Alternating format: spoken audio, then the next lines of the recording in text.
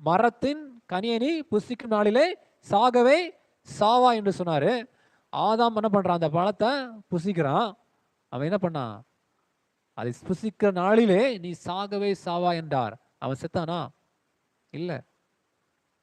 ஆதாம் பாருங்க, கிட்டத்தட்ட 930 வருஷம் நினைக்கிறேன், 930 வருஷம் வாழ்ந்தான்.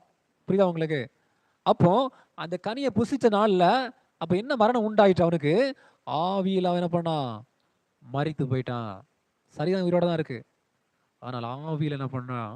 அவன் மரித்து போய்விட்டான். ஆமென். எப்பொழுது அந்த ஆண்டவர் விலக்கின் அந்த விருட்சத்தின் கனியை புசிச்சானோ அதே நாளில் என்ன பண்றான்? தன்னுடைய ஆவியில மரணத்தை சந்திக்கிறான். ஆனால் அவனுடைய சரீரம் பாருங்க, 930 வருடம் வாழ்ந்து பூமியில மரித்து போனான். பிரியமானவர்களே, அப்போ ஆண்டவர் அவனை பார்த்து சொன்னது என்னது? புசிக்கிற நாளில் அவன் கண்கள் திறக்கப்பட்டபடினால அவன் தன்னுடைய ஆவியில மரணத்தை என்ன பண்ணான்? அனுபவிச்சான்.